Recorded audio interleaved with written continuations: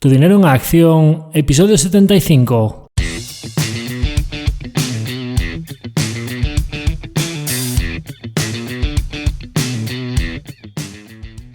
Hola, soy Javier Acción, asesor financiero independiente autorizado y registrado en la Comisión Nacional del Mercado de Valores con el número 149 y asesor del fondo de inversión Acción Global. Te doy la bienvenida a Tu dinero en acción, tu podcast de inversión, donde hablaremos de manera sencilla y cercana de conceptos, métodos y alternativas para rentabilizar tus ahorros. Si te planteas sacarle partido a tus ahorros o quieres descubrir qué opciones te interesan más, te invito a quedarte para aprender sobre finanzas con un lenguaje directo y sin tecnicismos. Si tienes alguna pregunta, duda o sugerencia, puedes contactar con nosotros utilizando las distintas vías que encontrarás en nuestra página web www.accioninversiones.com.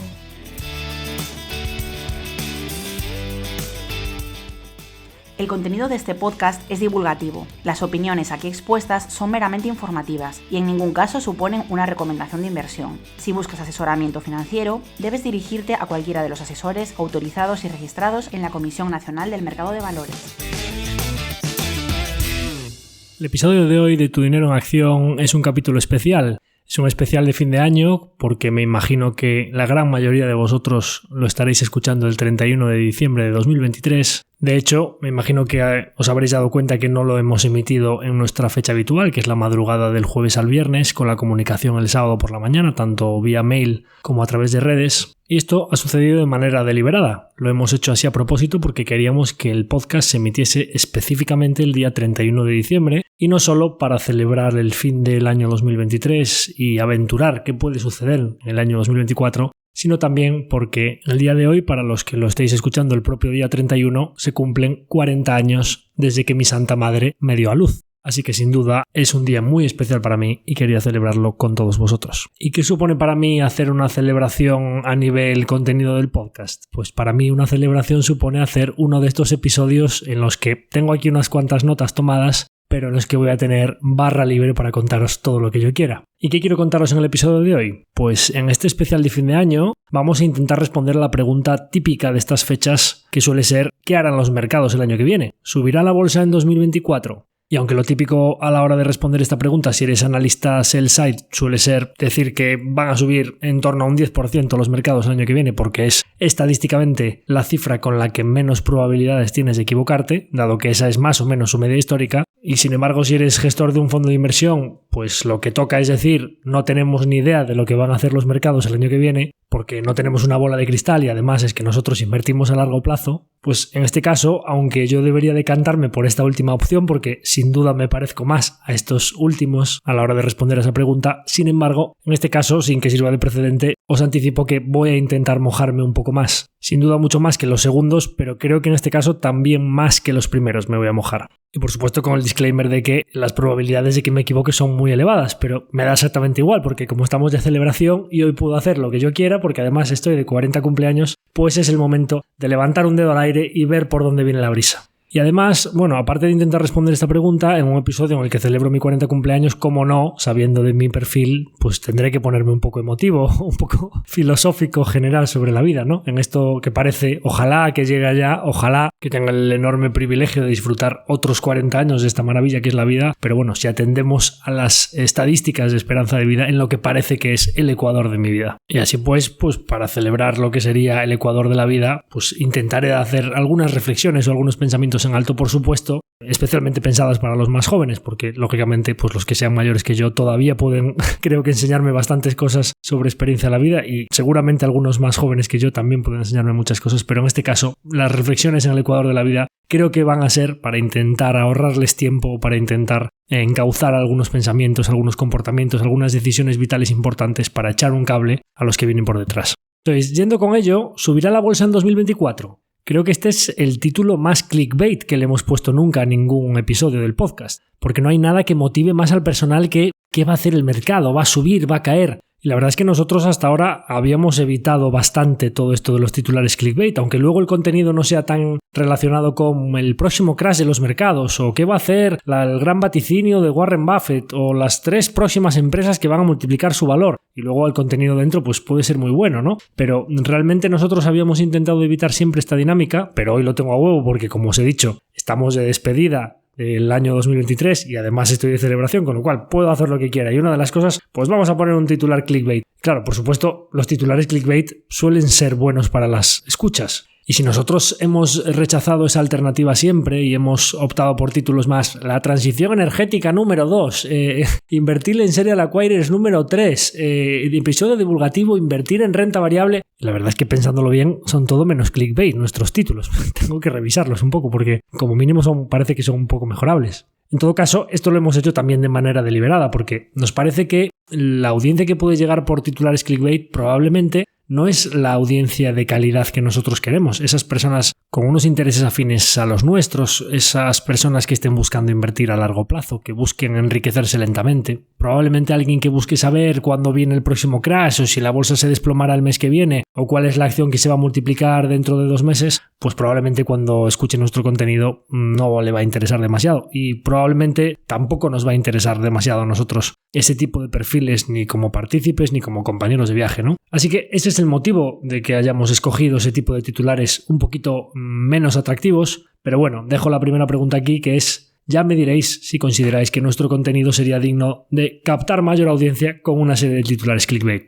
Entonces, por no irme por los cerros de Úbeda, que la verdad es que es bastante típico mío irme por los cerros de Úbeda, ¿subirá la bolsa en 2024? He dicho que me iba a mojar, he dicho que no iba a evitar la pregunta y que no iba a decir que no tengo una bola de cristal, aunque ya he dicho en reiteradas ocasiones que la tengo en su retiro permanente, pero hoy no puedo decirlo. Y tampoco iba a decir la bolsa, pues calculo que subirá en torno a un 10% porque es su media histórica. Entonces, dado que mi manera de ser es bastante racional y para contestar a las preguntas intento agarrarme a los datos, en vez de empezar por el final, que sería simplemente lanzar una moneda al aire, y aunque he dicho que tengo altas probabilidades de equivocarme, voy a intentar jugar con una moneda un poquito trucada, pues entonces vamos a empezar a analizar las variables que mueven el mercado. ¿Cuáles son los drivers que hacen que la bolsa suba o baje? ¿Qué pasa con la inflación? ¿Qué pasa con los tipos de interés? ¿Qué pasa con el petróleo? ¿Qué decisiones puede tomar la Reserva Federal el año que viene?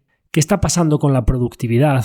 ¿Qué está pasando con China? ¿Qué está pasando con el consumo? ¿Cuáles son los sectores que tienen mayor peso en los índices y qué puede pasar con esos sectores en 2024? Y todo ello para tratar de responder principalmente a 2 preguntas. ¿Qué va a pasar con los beneficios empresariales y qué múltiplo va a asignar el mercado sobre esos beneficios? Porque al final la cotización del mercado no deja de ser el resultado de esas 2 variables, el multiplicar el PER agregado del mercado con los beneficios empresariales agregados del mercado. Y por supuesto, en el múltiplo que el mercado asigne sobre esos beneficios presentes están las expectativas de esos beneficios futuros. Y por supuesto, siempre además en la ecuación la alternativa libre de riesgo. Porque como hemos explicado de manera muy reiterada aquí, para nada es lo mismo en las cotizaciones del mercado de renta variable que el bono americano a 10 años esté al 1 o esté al 5%.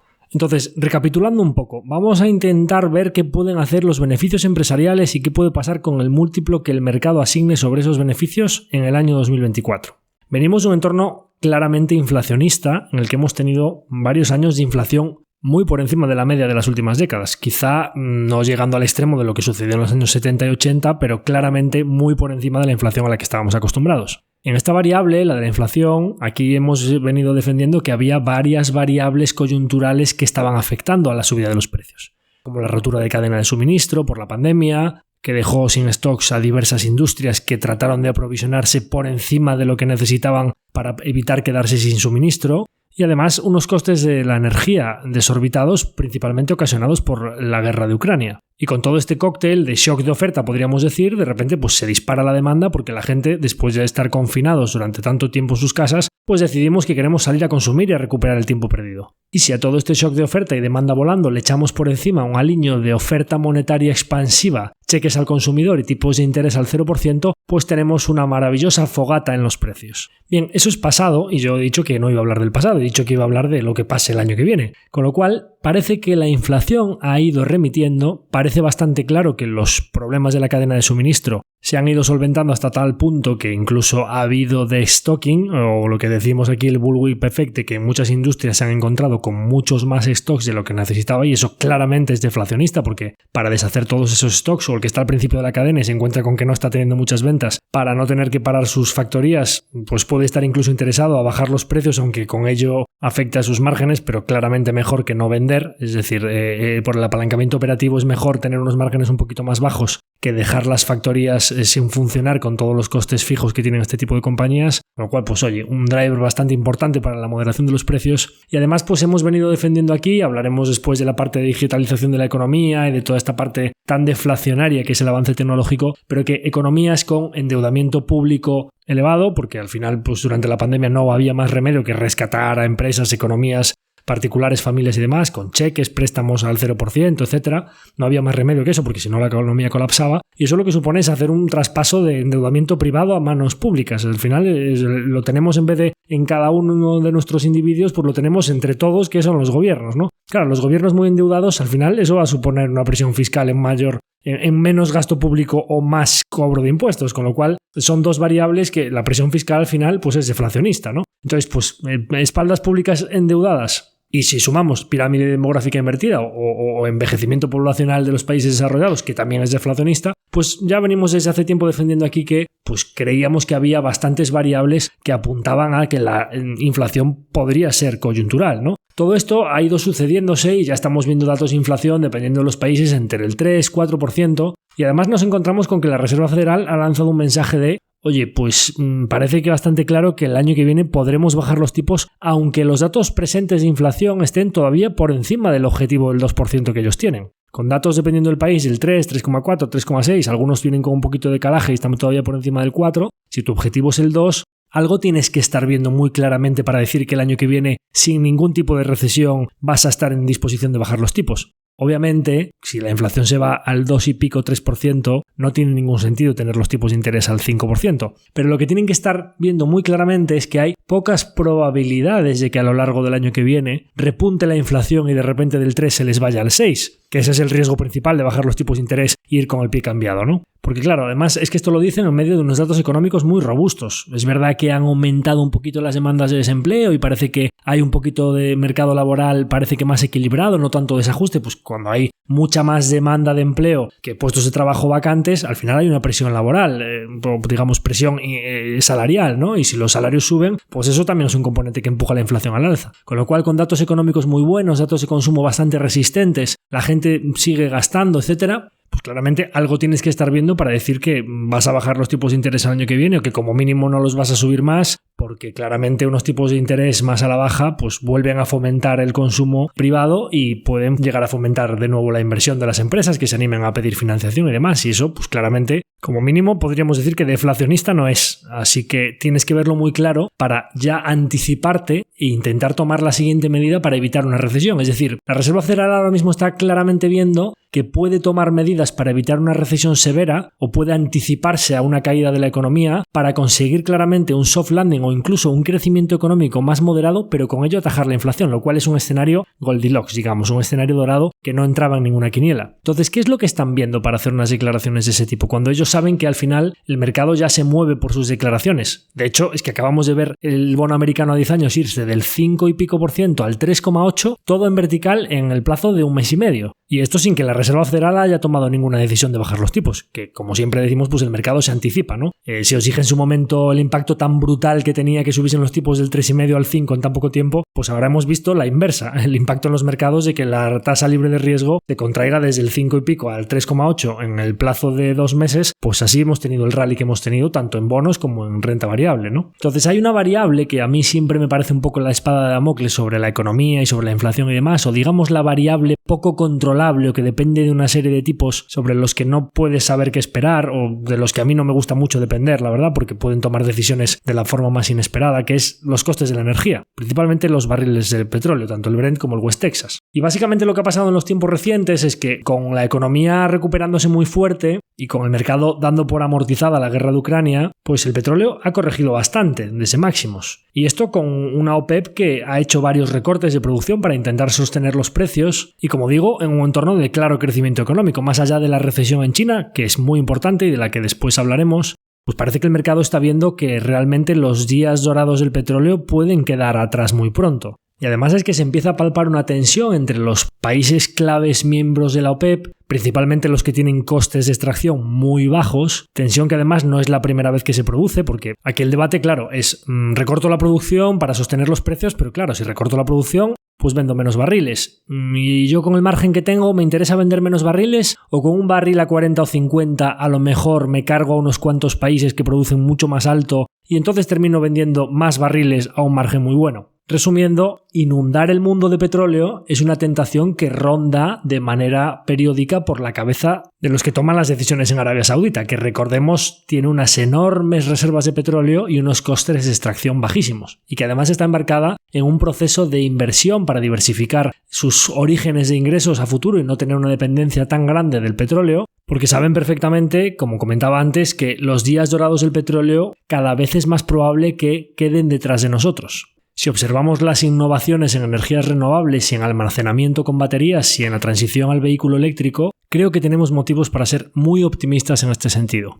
Más allá del petróleo, ¿qué más puede estar viendo la Reserva Federal? Bueno, pues dos componentes importantes de la inflación parece que llevan un cierto decalaje a la hora de actualizarse en su cómputo en la cesta de esos bienes y servicios que computan para el IPC americano, como son la vivienda y los vehículos usados. Dos partidas importantes en el cálculo del IPC que, aunque llevan tiempo cayendo, tienen cierto decalaje en la publicación de sus datos, con lo cual, pues, previsiblemente, la Reserva Federal te está teniendo en cuenta que estas dos variables empujarán a la baja el IPC en los próximos tiempos. Pero bueno, tampoco parecen datos suficientemente reveladores o definitivos, sobre todo teniendo en cuenta que el petróleo es una variable incontrolable y sobre la que seguramente ellos no tienen visión, como para aventurarse a decir que pueden bajar los tipos sin riesgo de que la inflación vuelva a aumentar. Y sobre todo cuando todavía estamos bastante lejos de su objetivo o de lo que dijeron que era su objetivo, que también hemos dicho aquí en numerosas ocasiones que probablemente su objetivo no era tan bajo como lo que decían, que era un 2%, y se conformasen con algo menos. Entonces, ¿cuál puede ser un dato realmente revelador o definitivo para la Reserva Federal? ¿Cómo pueden pensar ellos que la economía puede crecer sin inflación? ¿Cómo podemos alcanzar ese escenario Goldilocks de un crecimiento gratuito, digamos, sin ninguna parte mala?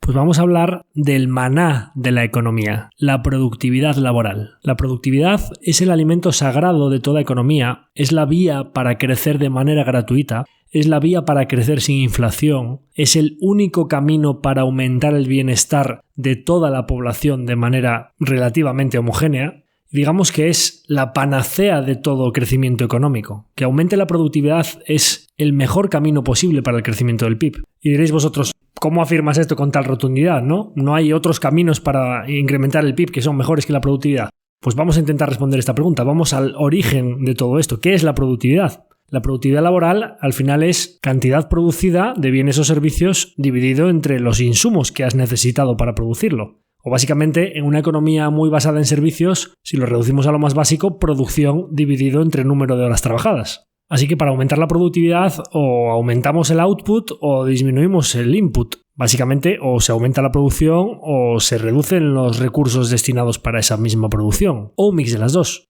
Y claro, para el bienestar de la sociedad, pues no es lo mismo que mejoremos ese mix entre producción y recursos destinados para ello, pues yéndonos a producir a un país emergente o utilizando mano de obra poco cualificada de bajo coste o utilizando una fuente de energía muy barata pero muy contaminante, que mejorar la eficiencia de la producción mediante un desarrollo tecnológico o contratar mano de obra muy cualificada buscando comercializar bienes y servicios de alto valor añadido. Porque las mejoras de productividad no solo suponen una mayor rentabilidad para las empresas, sino que además suponen mejores resultados para todos, también para los empleados. Porque si las empresas obtienen mayor rentabilidad, ya sea porque tienen más producción o porque necesitan menos insumos para esa misma producción, pueden subirle el salario a sus empleados y pueden subirle el salario sin producir presiones inflacionistas, porque tiene un mayor valor añadido, pero es que además esas mejoras en la eficiencia, vía ahorro de costes, pueden trasladárselas a sus clientes en forma de mejores precios, con lo cual tenemos salarios más elevados, mayor bienestar de la población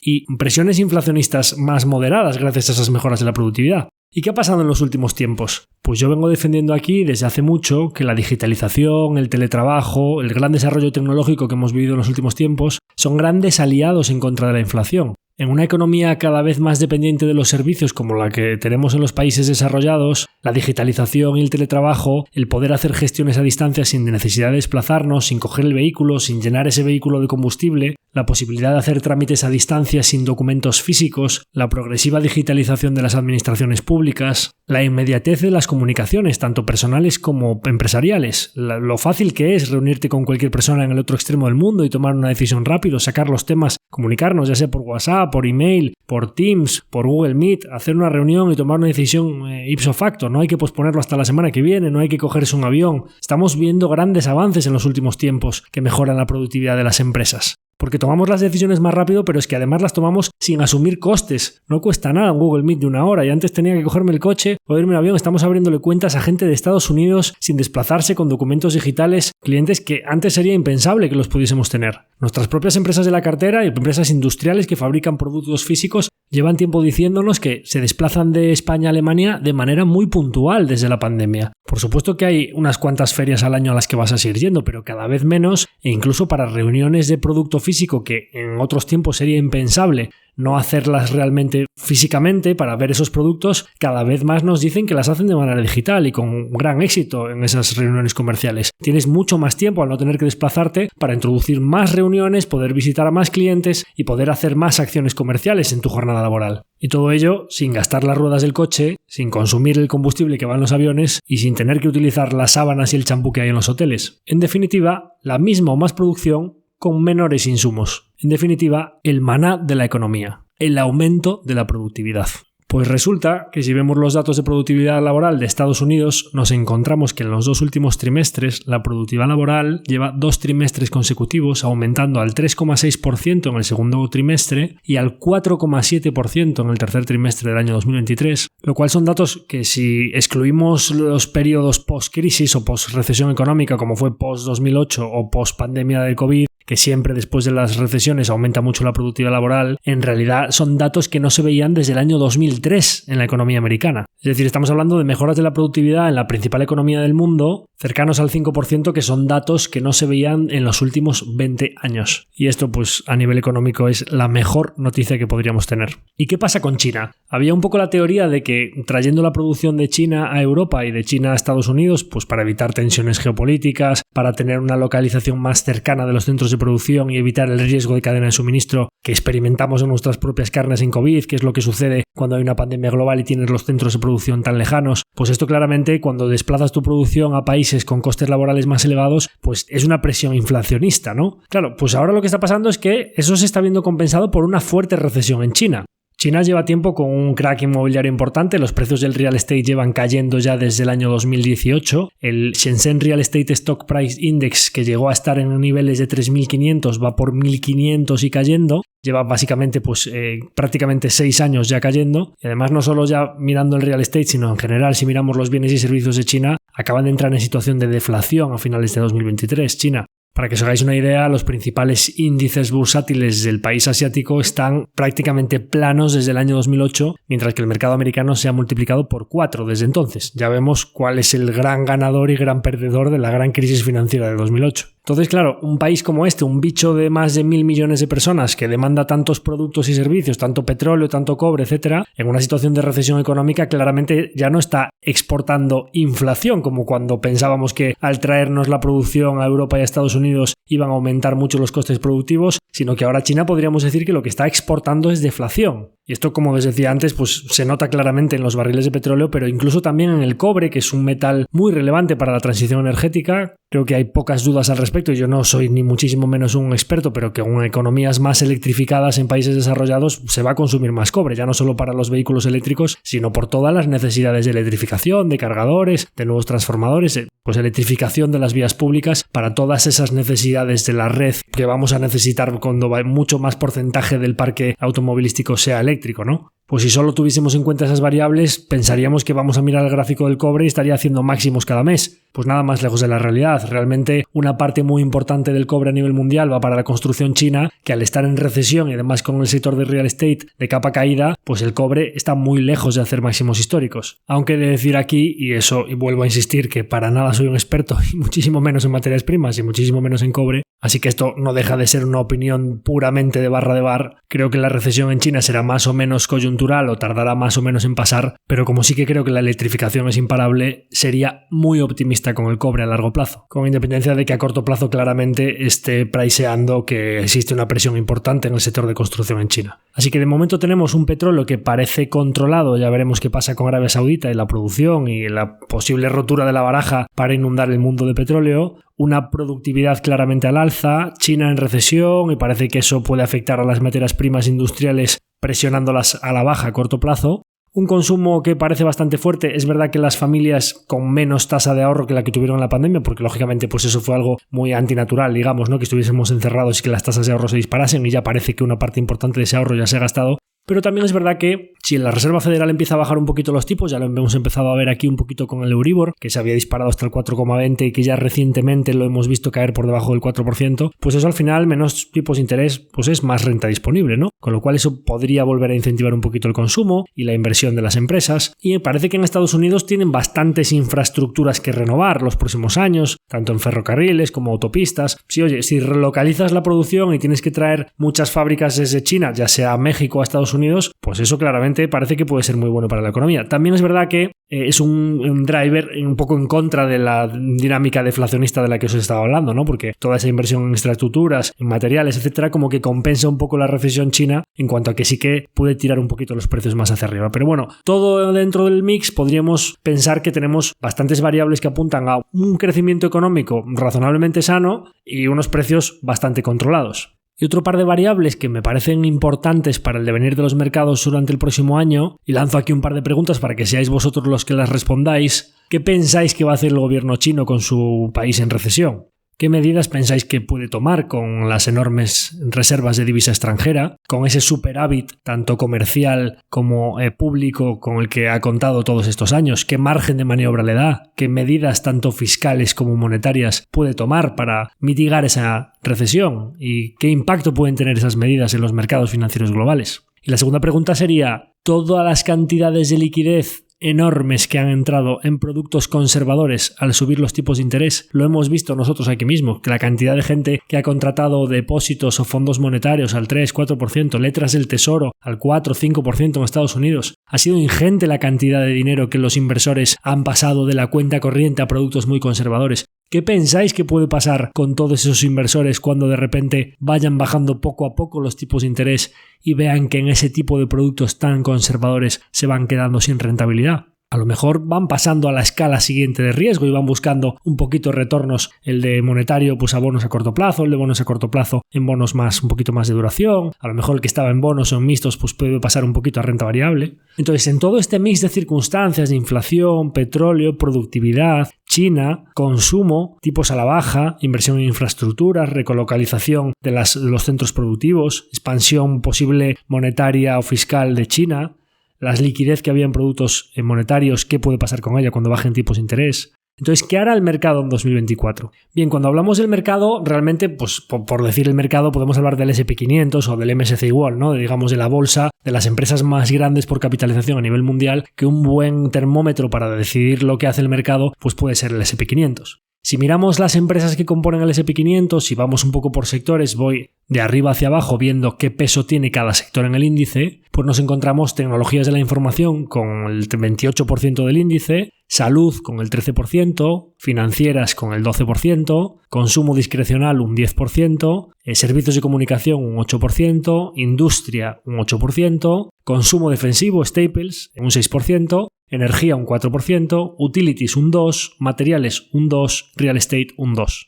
Como vemos, hay un peso claramente tecnológico, salud, financieras y consumo discrecional. De ahí para abajo ya estamos hablando de que cada sector pesa menos del 8%. Bien, repasando estos sectores, ¿qué probabilidades hay que en este entorno de desarrollo tecnológico, tipos de interés parece que planos o a la baja y claramente parece que las empresas de tecnologías de la información con un poder de fijación de precios por encima de la media de lo que puede haber en el índice, qué probabilidades hay de que el sector de tecnologías de la información gane lo mismo o más en 2024 de lo que ha ganado en 2023? Siempre hablamos y luego hablaremos de las posibilidades de recesión severa pues ceteris paribus, ¿no? Es decir, el resto de variables igual, no entramos en una gran recesión, nos quedamos como estamos ahora mismo, pues ¿qué probabilidades hay de que cada uno de estos sectores gane más dinero? Parece claro que con toda la migración al cloud, inteligencia artificial y demás, las probabilidades de que este sector gane algo más de dinero en 2024 que en 2023 son razonablemente altas, ¿no? Segundo sector, healthcare, salud. Venimos de una resaca post-COVID en la que, pues como contamos aquí, hablaremos largo y tendido del sector de salud,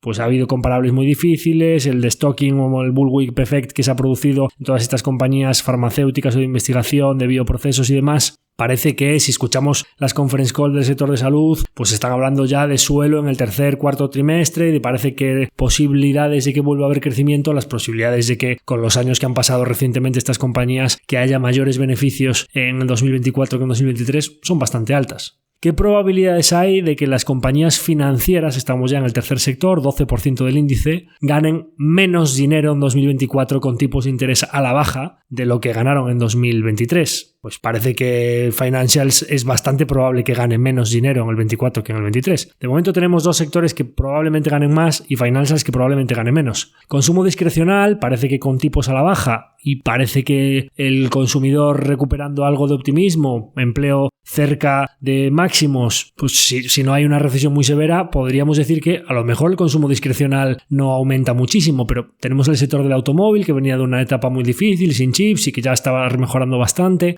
Bueno, parece que como mínimo podríamos decir que a lo mejor no más, pero vamos a decir que este sector se queda plano, ¿no? Servicios de comunicación, lo mismo que tecnologías de la información. Industria, vamos a decir también que pues como mínimo plano, pero en un entorno en el que los tipos pueden ir hacia la baja y desde el punto en el que vienen, claramente parece que industria el año que viene debería tener que ganar un poquito más de dinero que es el 2023. Consumo defensivo, vamos a dejarlo plano, ligeramente a la baja, como su propio nombre indica es muy defensivo, no deberíamos tener grandes variaciones aquí. Energía, claramente como pasaba con las financieras, energía con el precio del barril a la baja y los costes de electricidad también moderándose mucho, este claramente sería otro de los sectores que podríamos estimar unas ganancias inferiores en 2024 a 2023. Materiales, 3/4 de lo mismo. Real estate, con tipos de interés a la baja, el real estate recuperándose la construcción de viviendas nuevas, claramente real estate es uno de los sectores que debería ganar más dinero. Y lo mismo aplica a utilities. Tienen ingresos muy predecibles, con una base, digamos, de pasivo o un balance claramente apalancado. Tipos de interés a la baja, claramente a las utilities les va a permitir ganar más dinero. Entonces, all in, ¿qué tenemos? Pues tenemos tecnologías de la información, salud, servicios de comunicación, industria, utilities y real estate que previsiblemente podrían ganar más dinero el año que viene. Aquí tenemos ya un 64% del índice. Tenemos consumo discrecional, consumo defensivo, vamos a dejarlos igual. Tenemos un 18% del índice que debería ganar más o menos lo mismo el año que viene. Vamos a decir que no tenemos visión sobre si sus ganancias van a aumentar o van a disminuir. Con lo cual, entre las que tenemos una visión bastante clara que deberían ganar más y las que no tenemos visión o consideramos que se van a quedar planas, estamos ya en más del 80% del índice. Nos quedaría financieras, energía y materiales, que estamos hablando de un 18% restante del índice, en las que parece bastante claro que podrían ganar menos. Un 80% del índice plano o alcista en cuanto a beneficios empresariales, claramente un 60 al alza, decíamos, y un 18 en el que tenemos una visión bajista, parece que por los pesos de los sectores en cuanto a los drivers que estamos viendo de consumo, tipos de interés, petróleo, materias primas, costes de la energía, beneficios de las compañías financieras, pues hombre, parece bastante claro, tenemos ciertos indicios si no se produce una gran recesión en que las compañías que componen el Standard & Poor's, previsiblemente por el peso de sectores que tiene, en 2024 los beneficios empresariales pueden ser más altos que en 2023. Bien, tenemos los beneficios empresariales. Estuve argumentando durante bastante rato, hablando de la inflación, de China, del petróleo, pues que la Reserva Federal, con la productividad al alza, etcétera, parece que tiene motivos bastante claros como mínimo para dejar los tipos planos o a la baja. Todo esto siempre cogido con pinzas en cuanto a las expectativas, porque al final todo esto, ¿para qué os lo cuento? Porque si la Reserva Federal deja los tipos planos o a la baja, si hay algunas bajadas de tipos, si la tasa de libre de riesgo baja el año que viene, los múltiplos que el mercado va a asignar sobre nuestros beneficios empresariales, que acabamos de decir que parece claro que podemos estimar que sin una gran recesión, posiblemente el año que viene los beneficios empresariales sean más altos, como mínimo el múltiplo debería quedarse igual o ligeramente al alza si los tipos de interés del mercado son más bajos. Es decir, el mercado, ante una alternativa libre de riesgo, igual que cuando subió esa alternativa, los múltiplos del mercado cayeron fuerte, lo que está pasando recientemente, y parece que esa inercia del último trimestre de 2023 podría continuar a lo largo de 2024, es decir, exigencia de rentabilidad del mercado plana o a la baja. Es decir, múltiplos que el mercado asigna sobre los beneficios empresariales planos o ligeramente al alza, con unos beneficios empresariales que hemos concluido que previsiblemente pueden ser más elevados, parece bastante claro que tenemos motivos para pensar que es bastante probable que la bolsa suba el año que viene. Así que yo me mojo y digo, creo que sí, que tenemos motivos para ser optimistas. Creo que el mercado va a subir el año que viene. Y creo que aunque venimos de épocas muy volátiles en las que en muy poco plazo de tiempo hemos tenido muchos acontecimientos extraordinarios, muy relevantes, pandemia, inflación más alta de los últimos 40 años, una guerra en el medio de Europa, tipos de interés del 0 al 5% en muy poco tiempo, creo que, y esto es mucho decir porque nunca sabes cuándo va a suceder algo, cuando cualquiera va a dar un petardazo no sé dónde, va a haber una bomba, otra pandemia, nunca lo sabemos, ¿no? Cómo puede reaccionar China, lo que puede pasar en Taiwán, que también es un riesgo, quizá podríamos decir que a día de hoy es el riesgo geopolítico más importante que tenemos. Pues oye, si no pasa ninguna de estas cosas, me aventuro a decir que a lo mejor a lo largo de 2024 volvemos a experimentar uno de esos periodos de volatilidad históricamente baja como lo que tuvimos pues a finales de 2017, etcétera, que luego por supuesto siempre vienen sucedidos de otro extremo de volatilidad y que vuelven las caídas de mercado y correcciones, pero creo que se avecinan tiempos en los que podemos estar tranquilos. Para refrendar esta teoría, ¿en qué punto se encuentra la psicología de los inversores? Hay una frase muy típica que dice que los mercados bursátiles alcistas se generan en el pesimismo, crecen en el escepticismo, maduran en el optimismo y mueren en la euforia. Bien, realmente a lo largo de este año, incluso en las caídas de verano, como mínimo estábamos en el escepticismo. Pues creo que viene recesión, los tipos no paran de subir, eso va a desembocar en que la gente tenga menos renta disponible, están subiendo las hipotecas. Claramente ahí, entre finales de 2022 y mediados de 2023, empezaba a subir el mercado, pero luego en verano volvió a caer, hubo mínimos en octubre. Eso claramente era escepticismo, ¿no? Partiendo de la base de que el fondo del mercado bajista fue en octubre de 2022 y pues podríamos aventurarnos a decir que la fase de pesimismo más extremo había quedado atrás, ¿no? Entonces podríamos decir, no sabemos si decir que finales del pesimismo o principios del escepticismo o comienzos del optimismo, pero claramente lo que no vemos es euforia. Lo que yo veo en el mercado y lo que veo en los inversores, claramente, más allá de que pues el Fear Greed Index con el rally de los últimos 2 meses ha pasado muy rápido de Extreme Fear a Extreme Greed, principios de Extreme Greed parece, o principios de avaricia extrema, que eso pues al final son cuestiones de mercado que tienen que corregirse y por supuesto que no será rectilíneo y habrá caídas a lo largo del año que viene seguro, todos los años hay una caída del 10% que modera todas esas métricas y el mercado ya se vuelve a poner pesimista, etcétera, etcétera.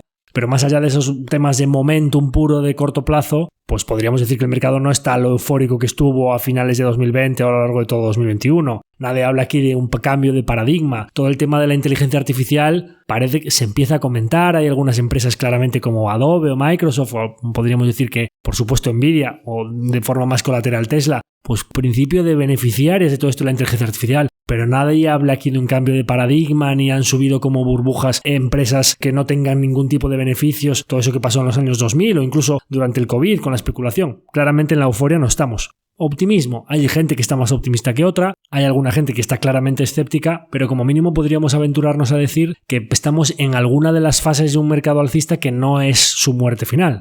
Y además, ante esta teoría de que las magníficas 7 y lo que ha subido el Nasdaq, lo que han subido todas las tecnológicas, Tesla, Nvidia llevan más de un 100%, claro, eso es lo que han hecho en el último año. Pero vamos a mirar un poco lo que ha pasado los últimos 3 años, lo que ha pasado desde la pandemia. Realmente, aunque parezca que el Nasdaq pues, tiene unas rentabilidades astronómicas este año, si miramos los rendimientos del Nasdaq durante los últimos 3 años, es decir, desde justo finales de 2020 hasta finales de 2023, o por decirlo, desde la pandemia hasta hoy, nos encontramos que el Nasdaq ha ofrecido un rendimiento en los últimos 3 años del 17%, frente al 28% del Standard & Poor's o el 23% del Dow Jones. Es muy raro que un índice como el Nasdaq en periodos ya de 3 años esté ofreciendo rendimientos inferiores a la media del mercado, por el impacto tan fuerte que tuvieron las compañías de crecimiento en 2022 con la subida de tipos. Es decir, está muy reciente todavía ese impacto tan grande y nosotros mismos lo hemos experimentado en nuestra cartera. Si miramos las compañías individuales que componen nuestra cartera, frente al promedio del mercado, Son compañías que han compuesto muy por encima de la media del mercado, y el Nasdaq también lo ha hecho muy por encima de la media del mercado en plazos muy largos, pero que resulta que en los últimos 3 años lo han hecho muy por debajo, incluyendo la reciente revalorización tan fuerte del año 2023 o este rally de los últimos 2 meses, ¿no? Claro, ver que el Nasdaq está en un 17%, que es un 5% compuesto anual los últimos 3 años, y ver que en el mismo periodo de tiempo el Eurostoxx Banks está en 61% los últimos 3 años, que estamos hablando de un doble dígito muy alto de los bancos europeos desde la pandemia, o que el Stocks Oil and Gas ha dado más de un 40% los últimos 3 años, o que el DAX Industrials está haciendo máximos históricos cada semana, pues te da bastante que pensar de cuáles son las compañías que lo han hecho bien los últimos años con la subida de tipos de interés y la fuerte subida de los costes de la energía, y cuáles son las compañías que han lagueado. O lo que viene siendo lo mismo, si miramos los retornos históricos de las compañías de alto valor añadido y los sectores que destruyen valor a largo plazo, la mera reversión a la media con unos tipos de interés planos o ligeramente a la baja y unos costes de energía planos o ligeramente a la baja, las compañías que generan mucho valor lo seguirán haciendo, y los bancos, las energéticas, las compañías de materiales revertirán a su media histórica, con lo cual esto pinta muy bien, aunque parezca que lleva un enorme rally en los últimos tiempos para el Nasdaq, las compañías de corte más tecnológico, con márgenes más elevados, con ventajas competitivas, sin dependencias externas. Lo cierto es que esa reversión a la media pinta muy bien para nuestra cartera para los próximos años. Y esto es así porque ha habido impactos muy fuertes, todos juntos, en muy poquito plazo de tiempo. Y los ganadores de todos esos eventos han sido principalmente las empresas energéticas y financieras, mientras que los perdedores parece claro que han sido las compañías de más calidad y crecimiento. Y por último, el segmento de pequeñas y medianas empresas, que se había quedado muy rezagado tanto en Europa como en Estados Unidos. Hace nada veíamos en octubre, antes de todo este último rally, el Russell 2000 en niveles de mayo de 2018. Estamos hablando de un índice que es muy raro verlo plano al cabo de 5 años. Y eso acaba de empezar a despegar. Está empezando la revalorización. Cuando el mercado, los gestores se ponen a buscar y se paran el grano de la paja y ya no le sirven las grandes porque ya se han revalorizado y se ponen a buscar,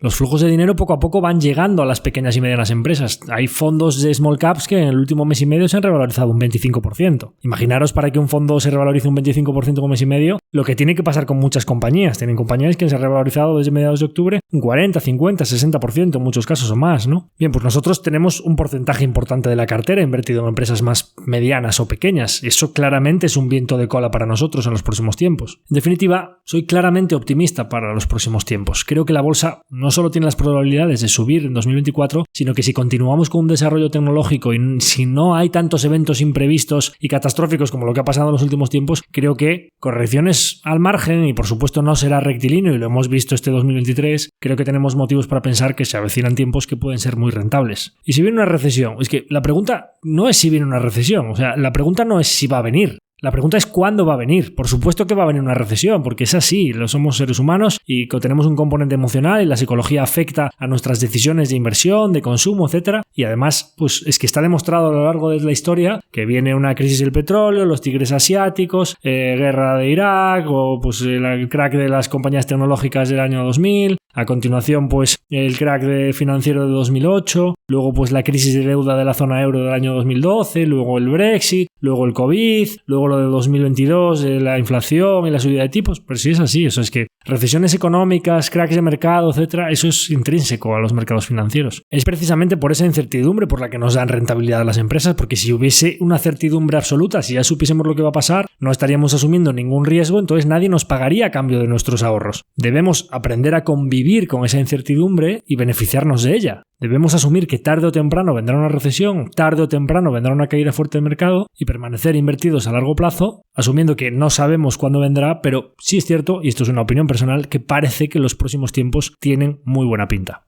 Bien, hasta aquí mi diserción acerca de la pregunta ¿subirá la bolsa en 2024? Quería despedir este episodio, como os he dicho al principio, haciendo unas breves reflexiones más vitales, digamos, o filosóficas, en lo que podría ser, ojalá, el Ecuador de mi vida, sobre algunos aprendizajes de estos últimos años, sobre mi experiencia vital y un poco, pues, para intentar aportarles a los más jóvenes algunos recursos a la hora de enfrentarse a decisiones importantes en la vida, ¿no? Por supuesto, partiendo de la base de que me queda muchísimo por aprender y de que hay una gran cantidad de personas escuchando este podcast con muchísima más experiencia que yo, pues a los que tengan menos experiencia, pues intentar aportarles mi granito de arena vital. La palabra central de lo que voy a explicar ahora sería equilibrio. Parece que muchos jóvenes en los últimos tiempos, quizá ya en mi generación o los que pues somos de los 80 en adelante, que hay una máxima a la hora de tomar decisiones que es el carpe diem, ¿no? El vive el momento, aprovecha la oportunidad, sé independiente, sé libre, no te comprometas, no te responsabilices. Un poco lo que le digo yo a mi padre siempre de que en una sola generación hemos pasado de la generación de las obligaciones y las responsabilidades a la generación de los derechos. Nosotros nos lo merecemos, me tengo que ir a este festival, yo tengo que tener todos los medios a mi disposición, la educación, tomar libertades, entrar y salir a la hora que quiero, llegar a casa con un plato de comida puesto en la mesa, que me recojan la habitación por supuesto y que me compren la ropa y me compren el último iPhone, etcétera, etcétera, etcétera. Yo me estoy incluyendo dentro de esa generación. No os penséis que soy aquí el padre que sermonea y que dice no, pues el iPhone, no. Yo me incluyo dentro de la generación de los que somos privilegiados. Y aparte de equilibrio, del equilibrio que os voy a hablar ahora, voy a hablar también de la suerte. La suerte, quizás se suele decir, no, la suerte hay que buscarse. Bueno, vamos al principio de todo. Hay algo importantísimo aquí que es la suerte de dónde caes. Porque yo caer en la familia en la que nací, o todos los que nacimos en países desarrollados con una seguridad tanto jurídica como, pues oye, cuando sales a la calle que no te atraquen, que no te apaleen, o no nacer en Somalia con un Kalashnikov en las manos, eso es pura suerte. Es decir, tenemos que partir de la base de que dentro de la horquilla de posibilidades que tenemos, lógicamente está en nuestra mano irnos a la parte de alta de la horquilla de posibilidades, pero esa horquilla ya está muy definida por dónde hayamos nacido. Así que no nos lo creamos tanto porque, para empezar, creo que la mayoría de las personas que me puedan estar escuchando somos muy afortunados. Después de esa suerte inicial viene el equilibrio. Carpe diem. Joder, pues sí, hombre, es verdad, solo vivimos una vez. Pero también os diré, solo tenemos un cuerpo, así que cuidado con las cosas que hacéis. Hay que disfrutar de la vida, por supuesto que hay que experimentar y cada cosa tiene su tiempo, pero pensando bien lo que hacemos, no vayamos a pasarnos de la raya o vayamos a desperdiciar años futuros, porque la vida después termina siendo bastante larga, ¿no? Yo estoy viviendo una época ahora que con momentos muy felices a nivel familiar, que si me lo dicen cuando tenía 20 o 25 años, probablemente no me ponía en situación. Y claro, escuchas a los más mayores y te dicen, pero eso es lo que te viene cuando tengas 45 y 50 y 55 y 60. Quedan muchas cosas muy bonitas por vivir, ¿no? Entonces hay que llegar allí con un buen estado de cuerpo y de mente. Entonces no agredáis a vuestra mente, pero hacer deporte también para vuestro cuerpo. Yo me arrepiento muchísimo de no haber empezado antes. Yo jugué al hockey cuando era muy pequeño, luego pues jugué al golf también un poco, que no es un deporte muy intensivo en, digamos, en esfuerzo físico, ni en cardio, etcétera. Y pues desde los 14 hasta los 28 años no hice ejercicio intenso de cardio o a nivel muscular. Empecé a correr y al gimnasio de manera un poco intermitente a partir de los 28 años. Qué pena no haber empezado antes. Yo hice un poco de atletismo en el colegio, siempre le digo a mi padre, joder, si aquel entrenador que tuve en el colegio me hubiese inculcado una serie de valores o me hubiese motivado de la manera que fuese para que a los 13, 14 años yo hubiese seguido corriendo, bueno, ya no digo los tiempos que haría en comparación con lo que me cuesta ahora entrenar para hacer, sino el desarrollo físico. Claro, es que eso ya es una cosa de la siguiente generación, ¿no? Si vas a Suiza o vas a Dinamarca, ves allí pues a la gente que llevan toda la vida subiendo a las montañas y caminando, etcétera. Eso empieza ahora, quizá nuestros hijos o la gente más joven ahora es como que nacen ya, pues como que el deporte se considera pues unos valores, o ser competitivo a nivel deportivo se considera tan importante como formarse intelectualmente, ¿no? Eso pues en mi generación no era tan así.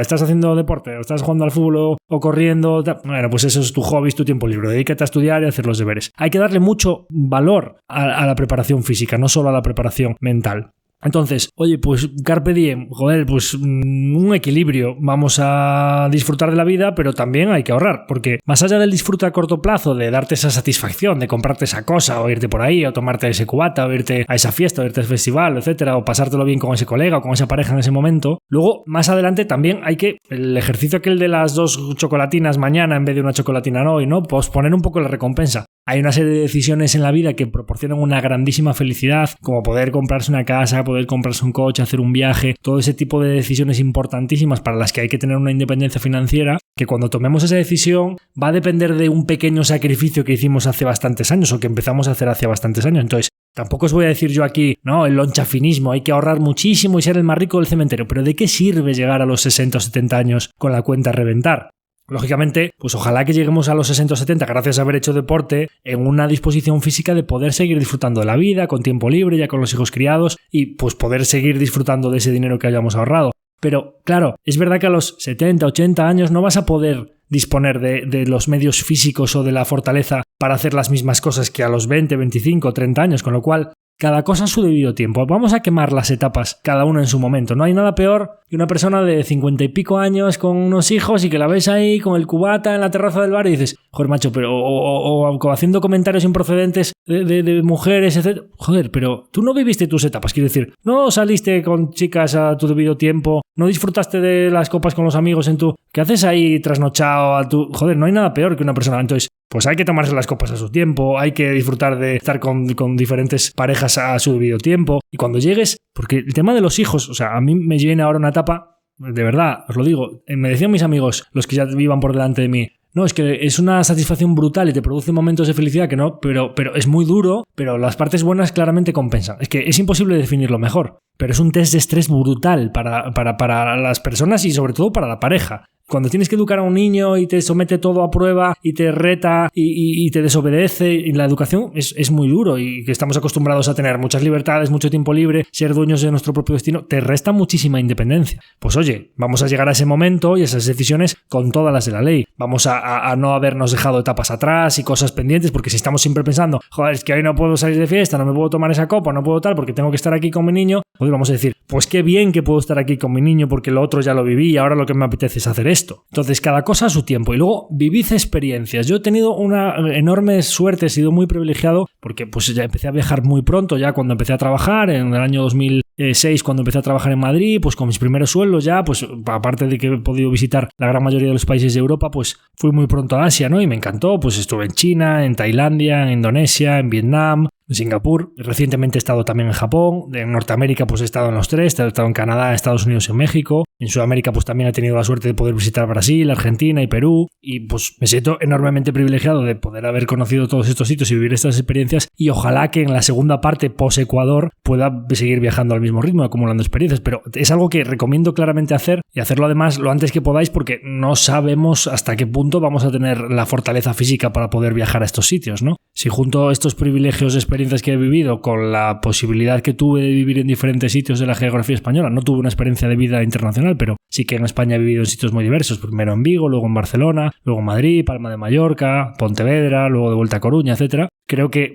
eso te da una experiencia vital de conocer a gente de diferentes tipos de vida, de diferentes ciudades, que si lo juntas con lo de los viajes, para mí es mucho más valioso que las carreras, digamos, o que la parte de formación académica, ¿no? Creo que es algo que es muy importante en los mimbres o en las tablas de una persona, haber tenido esas experiencias y haberte enfrentado a situaciones, a dificultades. Y creo que es algo que les recomiendo mucho a los jóvenes que lo hagan cuanto antes, muy por encima del ahorro y del lonchafinismo de guardar y guardar y guardar para el futuro. Guárdate experiencias para el futuro. Y creo que eso además no debe estar reñido y creo que hay que alcanzar un correcto equilibrio con todo eso del carpe diem y el de ir ser un manirroto y de no guardar nada, ¿no? Por eso creo que la parte central de todo este discurso es equilibrio.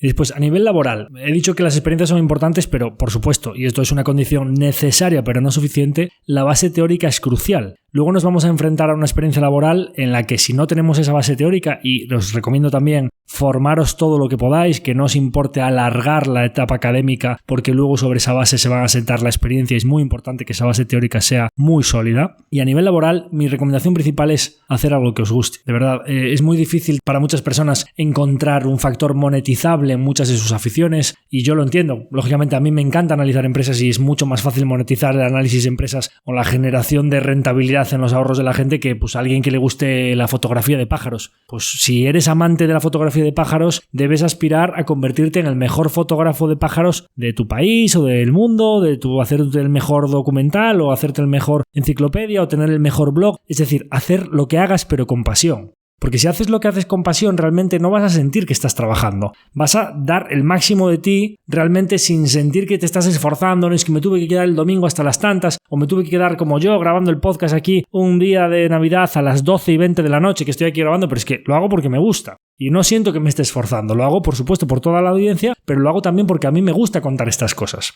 Y otra persona diría, no, cuando estaba yo en el banco allí haciendo informes, no, es que tenemos un deadline mañana, hay que entregarlo. Si yo estoy ahora mismo, a mi edad, haciendo un informe en el banco para un deadline que tengo mañana, me sentiría el tío más pringao y más puteado del mundo. Y no lo estaría haciendo con todas mis ganas y toda mi pasión. Y quedaría un informe, bueno, pues de 6 o de 7. Pero yo estoy intentando que el podcast quede de 10, porque es mi pasión. Pues vosotros dedicaros a algo que os apasione, porque así lo vais a hacer de la mejor manera posible. Vais a alcanzar vuestro máximo estándar. En esa horquilla de posibilidades de la que os hablaba, si Si hacéis algo que os apasione, vais a llegar a la parte más alta de esa horquilla de posibilidades. Y después, a este mundo venimos solos y nos vamos solos. Que no os digan lo contrario. Cuando nacemos no nace nadie más. Es verdad que tenemos una mamá y un papá, que ojalá que seamos nosotros los que los enterremos a ellos, pero cuando nacemos nosotros solos. Cuando nos morimos no hay nadie que se vaya a sacrificar y decir, pues yo también me voy a morir contigo. Nosotros nacemos solos y morimos solos, pero oye, vamos a intentar acompañarnos durante este viaje de la mejor compañía posible. Y la mejor compañía posible no es tanto los amigos. Al final, realmente cuando estás en la época del instituto, la universidad, parece como que en muchos momentos piensas, pues los amigos es lo más importante y tal.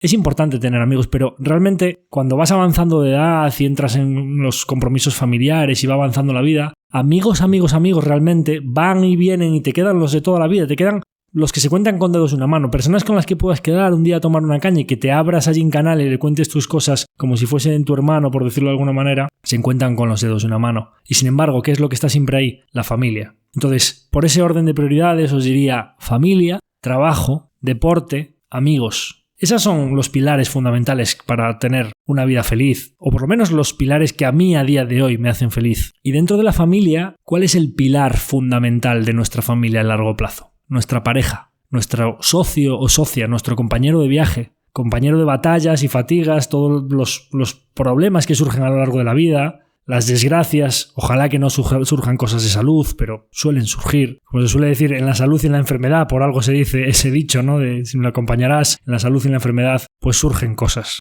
Y para que llevemos lo mejor posible las cosas que van a surgir irremediablemente y conforme nos hagamos mayor, parece claro que cada vez más cosas van a ir surgiendo. Lo mejor, pues, si tengo que hacer alguna recomendación en cuanto a la compañía de viaje, diría 2 cosas. Lo primero, que sea una buena persona, que sea noble, que vaya a pecho descubierto, que sepas que vas a poder confiar en ella. La confianza es fundamental en una relación. Y lo segundo, que sea trabajadora. Con una persona que sea buena y trabajadora, oye, pues si puede ser bello o bella, si puedes levantarte todos los días y ver una cara bonita a tu lado, pues hombre, lo va a hacer más llevadero, ¿no? Pero de verdad es que eso de que se dice la belleza es efímera, pues que lo podéis ver, se va a envejecer, la belleza se va a ir yendo. Oye, pues si puede ser algo simpático, inteligente, pues por supuesto te va a hacer más o menos los ratos y las conversaciones. Por supuesto, esas ya son variables que son para nota. Pero lo principal, creo que van a iros muy bien si principalmente buscáis a una persona que sea buena y trabajadora. Y después, un par de comentarios finales. Creo que en la vida, se suele decir, en la vida no hay atajos. No se puede atajar. En el deporte, si intentas atajar, pues te vas a lesionar. En el trabajo, si intentas atajar, pues te van a despedir, o un compañero va a ver que le estás intentando pisar, o te vas a terminar llevando mal, o vas a quedar en descubierto. No hay que ser trepa en el trabajo. Poco a poco, haciendo tu trabajo, no intentes atajar. En el aprendizaje, en la formación, en las experiencias de vida, no hay atajos. Bien, voy a hacer aquí un pero.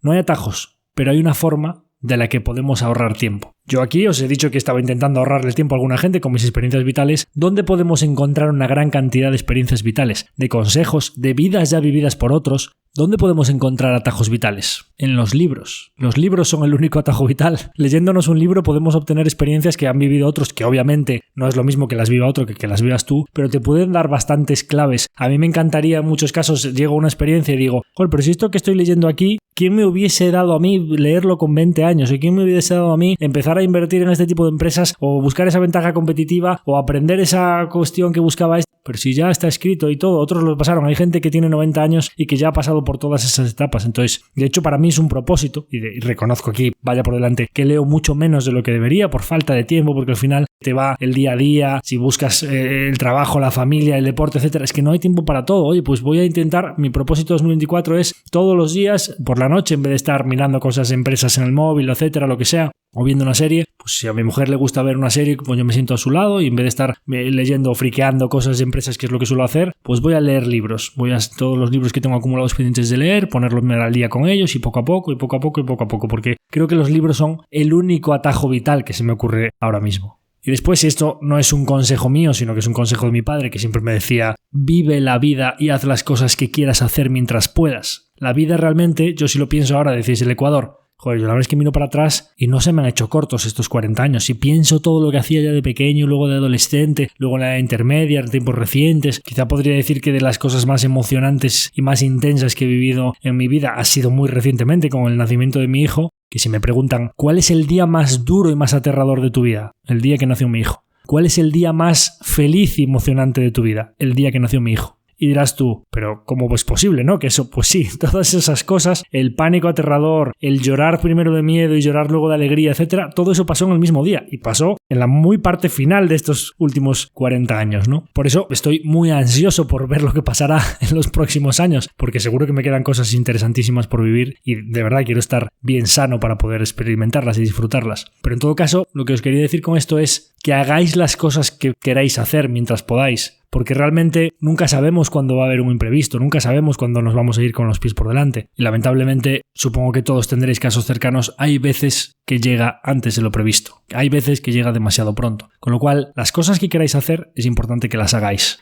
Y si aprovechas el tiempo, como dice mi padre, realmente la vida es suficientemente larga. Cuando ya tienes las cosas que querías hacer hechas, quizá pierdes el miedo a la muerte porque ya has hecho las cosas que querías hacer. Porque en realidad todos tememos a la muerte. No creo que nadie pueda decir que no tiene miedo a fallecer. Puede haber una fanfarronería de decir, no, pues yo no temo morir, etcétera, pero yo creo que es un instinto básico del ser humano, querer sobrevivir. Pues a mí personalmente, ante la posibilidad de la muerte, hay dos cosas que me tranquilizan mucho. Una es la que acabo de comentar. La primera de ellas es saber que las cosas más importantes que yo quería hacer en la vida, una parte importante de ellas las haya hecho. Que estar tranquilo con, oye, pues si me llega ese momento, hay una serie de cosas muy importantes que yo quería hacer que ya las he hecho. Por supuesto que tengo muchísimas ganas de ver crecer a mi hijo y ya veremos si a lo mejor darle un hermanito a futuro y de hacerme mayor y de ir madurando como inversor y de seguir siendo deportista y a lo mejor llegar a experimentar la posibilidad de tener nietos en el futuro. Muchas cosas, seguir viajando, muchas cosas que todavía me quedan por hacer, pero sí que es verdad que ahora sí que sé que hay una serie de cosas muy importantes que sí que ya las tengo hechas. Digamos que el mínimo de cosas que yo quería hacer, pues si ahora me llegase la hora,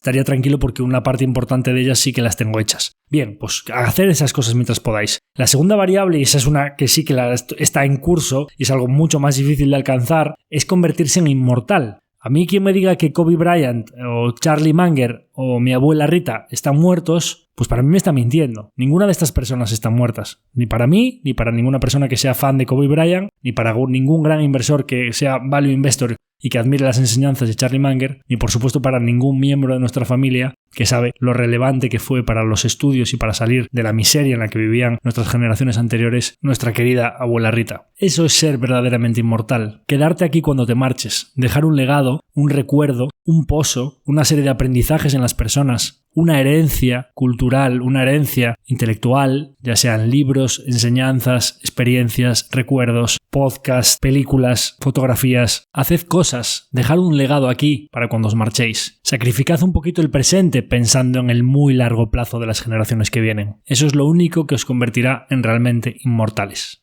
Con este mensaje termino este especial de fin de año. Espero que os haya gustado el episodio de hoy. Como siempre os agradezco mucho vuestra audiencia cada semana y en especial este día 31 de diciembre, mi 40 cumpleaños. Por favor, si os ha gustado os animaría a que lo compartáis con vuestra gente cercana. Sabéis que es muy importante para nosotros ese pequeño gesto de compartir el podcast. Y como siempre también os animo a que nos dejéis esa valoración de 5 estrellas en Spotify y por supuesto pues ese feedback a través de redes en vuestros comentarios que también leemos con mucha atención. Así que sin más, me despido de todos vosotros. Muchas gracias por estar ahí. Hasta la próxima semana. Un abrazo muy fuerte a todos.